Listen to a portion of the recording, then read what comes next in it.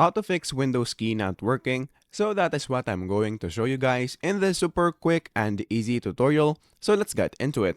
So the first thing that we need to do right here is to of course open our desktop, and then in this part just go here on the search bar and then search for Task Manager. After that, just click open right here, and then once you click open, what we're going to do here is to go on the search bar of Task Manager and then search for Windows Explorer. After that, in this part, just click this one right here. So once you click that, what we're going to do is to click on Restart Task. And then once you click Restart Task right there, as you can see, my screen refreshed. So that means that Windows Explorer have been already restarted. So once you do that, all you have to do is to restart your PC or laptop and then try to see if it is now working.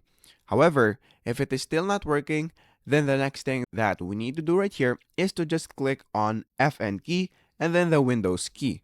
So because it might have been locked, so all you have to do is to do that so that we can unlock the Windows key. So if it is still not working, then the last thing that we can do is to try Fn key again, but this time we're going to click on F10. So that should fix your problem. So that is how easy it is. That is how to fix Windows key not working.